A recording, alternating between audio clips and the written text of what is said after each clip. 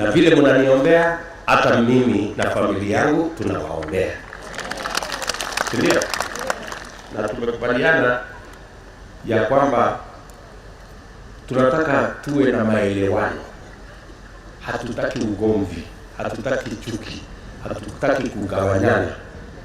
Na mimi nawauliza watu wote, hasa wale wanaosimamia usalama, tafadhali tusitumie vyombo vya usalama kugandamiza watu wengine kwa sababu wako na maoni tofauti na sisi. Kama wewe uko na maoni, wewe peleka maoni yako kwa Wakenya. Hakuna haja ya kumuumiza mwenzako eti kwa sababu amekushinda kwa maoni ama kwa utendakazi. Na wauliza wote wanaohusika, ni jambo mbaya sana kama tutatumia askari polisi kuumiza wananchi wasio na hatia eti kwa sababu wako na maoni tofauti ya kisiasa. Nchi ya Kenya ni nchi ya demokrasia. Kila mmoja wetu ako na haki ya kuwa na maoni na kuendesha hiyo maoni iwafikie Wakenya kila sehemu. Na hakuna mtu ako na ruhusa kumuumiza mwenzake, hata kama wewe uko na uwezo kiasi gani. So nawaomba tafadhali, tuvumiliane, tuheshimiane, tukubali ya kwamba Kenya ni nchi ya demokrasia na kila mtu ako na haki ya kuwa na msimamo wa kisiasa bila ya kushurutishwa, bila ya kulazimishwa, bila ya kuangaishwa na bila ya kudhulumiwa kwa njia nyingine yoyote. Tafadhali.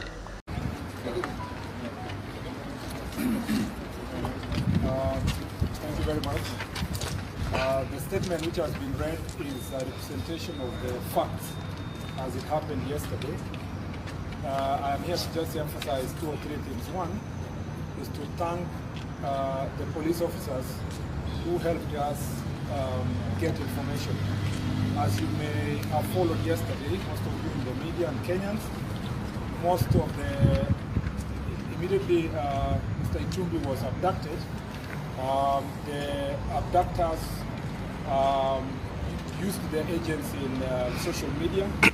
Some are lawyers, some are professionals who pride themselves that they are journalists, and among others, to spread misinformation as to the whereabouts of Mr. Itumbi. As a result, the abductors got time to go around the city, different places, torturing Mr. Itumbi.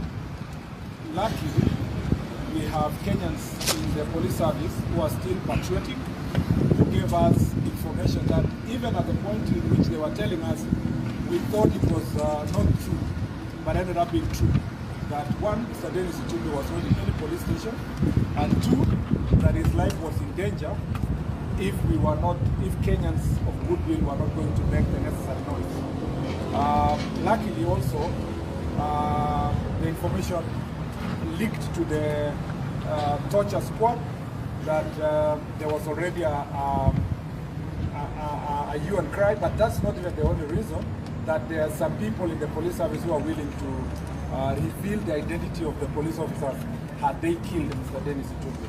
I speak with a lot of conviction because I lost an officer in my office 2 years ago who was abducted in the same manner during the day by the same type of police officers and was found killed within 24 hours. As a friend of Itumbi, I was in great fear last night. I was actually just praying that Itumbi be found. And because of those police officers who are willing to reveal the identity of their colleagues and who are willing to tell us what was going on, and we want to thank them profusely, and we are eternally grateful. And when time comes, those are the men and women of this country that we believe should be rewarded for good service, for still being good people, despite the fact that their seniors would like to misuse them. Number two, I'd like to also thank Kenyans of goodwill in their numbers, both who support the Hustler Nation and those who are our political competitors, who on social media condemned what happened to Dennis Itumbi.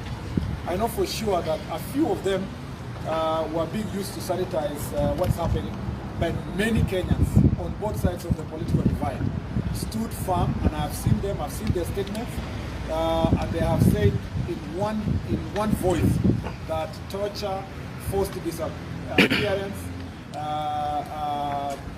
all these kind of political machinations that are being used at the moment is not supposed to be happening in the Kenya of 21st century. And I want to thank Kenyans on both sides of the political divide.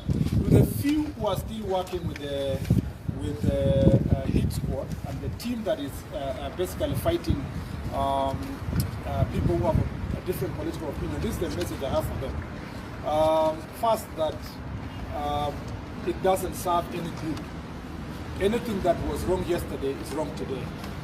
I know a few friends who are a bit excited because they have got an opportunity to work with this administration, and they feel like they have forgotten what happened to Misando, Baby Pendo, they have forgotten what happened to Robert Ruto, and suddenly now they are the greatest cheerleaders for torture, for harassment, for political machinations that are taking place now. I want to tell them that please, they should come back to their senses and realize that whatever is wrong today is wrong tomorrow, was wrong yesterday, and we must build a country that is respecting rule of law. The third and final thing is that we want to tell the IG that he has the constitutional responsibility over the officers and the team that has been formed to torture political opponents of those who are currently pretending to be in power. And IG Mutyambai's term is coming to an end before even ours comes to an end, and which is before August next year. So I want to remind him that if he wants to have a good retirement, together with Matiang'i and Kibicho, and I want to tell Matiang'i and Kibicho, even the people you are trying to support to become president of Kenya, if they were to become the president of Kenya, they were the first ones to torture you. So just remember that you will be out of office in August 2022. It doesn't matter who wins elections. And remember that if the same things you are doing is going to be applied on you, you will suffer more than Dennis Itumbi. And therefore, they must stop the hit squad because it's still existing, still there for intimidation. The last thing I want to say is that KRA Director General and the military for this country must not accept to come and play political games on people of Kenya, because Mr. Itumbi was being asked about some questions regarding an officer, as we've written in this statement, working with KRA, why he exposed the team that is working with KRA to punish people who support the DP William Ruto and the Hustler Nation and take them to court. These are things that we are saying, they are not good today, they were not good yesterday, they are not good tomorrow. And it's important for public officers to know, and for avoidance of doubt, Mr. Kibicho, Mr. Mutyambai, Mr. Musheni, yeah, and Mr. Kinoti, and all these other Kenyans who are being misused today, that when President Uhuru Kenyatta goes home on September 9, on August 9, 2022, you will be left alone to answer questions before competent court of law. The last thing is that we have agreed, we are going to write to the Special Rapporteur of the United Nations on torture, on the situations of forced disappearance, torture, and political persecution that is going on in the country. And we believe that the international community must concern itself with what's happening in Kenya, because what is unjust here is unjust all over the world. Thank you very much.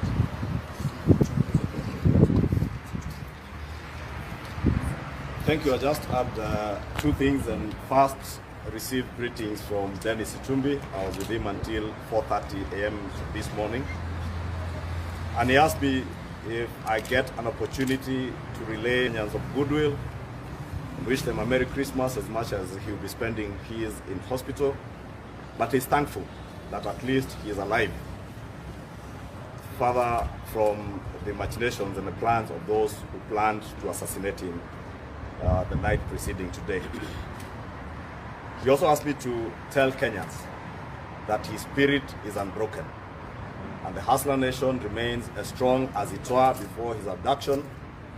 And to his abductors, he prays for them, he wishes them well, and prays for their salvation.